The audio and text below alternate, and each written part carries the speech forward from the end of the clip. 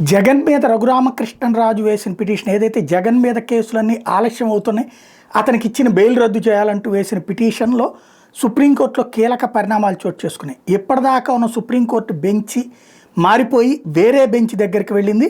రఘురామకృష్ణరాజు దాఖలు చేసిన పిటిషన్ల మీద సుప్రీంకోర్టులో ఈ కీలక పరిణామం చోటు చేసుకుంది.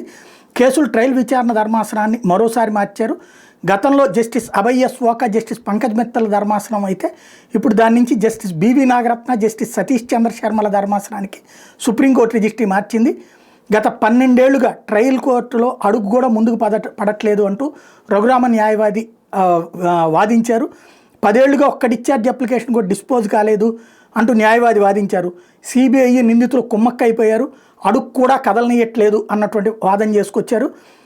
వాదనలు విన్నటువంటి నిర్ణయం వెలువరించకుండానే 5 జడ్జీలు బదిలీ అయ్యారని ఈ సందర్భంగా న్యాయవాది చెప్పుకొచ్చారు. రఘురామకృష్ణరాజు న్యాయవాది 5 సార్లు అంటే తప్పనిసరిగా కుట్రకోణం ఉందని రఘురామ తరపు న్యాయవాది వాదించారు.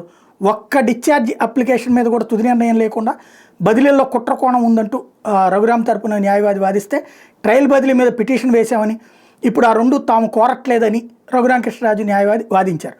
అయితే బదిలీ సాధ్యం కాదని సుప్రీంకోర్టు గత విచారణలోనే చెప్పింది అన్న సంగతిని జగన్ తరపు న్యాయవాది గుర్తు చేశారు. తాము ఇప్పుడు కేసు మానిటరింగ్ పూర్తి స్థాయిలో జరగాలనే కోరుతున్నామనేసి వాదించారు.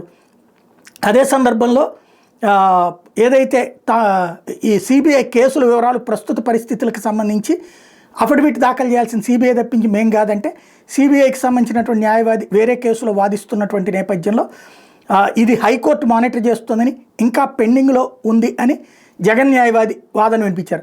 గత 10 ఏళ్లుగా ట్రయల్ జాప్యం కొనసాగుతుందని రఘురామ తరపు న్యాయవాది వాదిస్తే కేసులో వాదనలు వినిపించేందుకు కొంత సమయం కావాలని సిబిఐ తరపున లాయర్ అడగడంతో మళ్ళీ వాయిదా పడింది.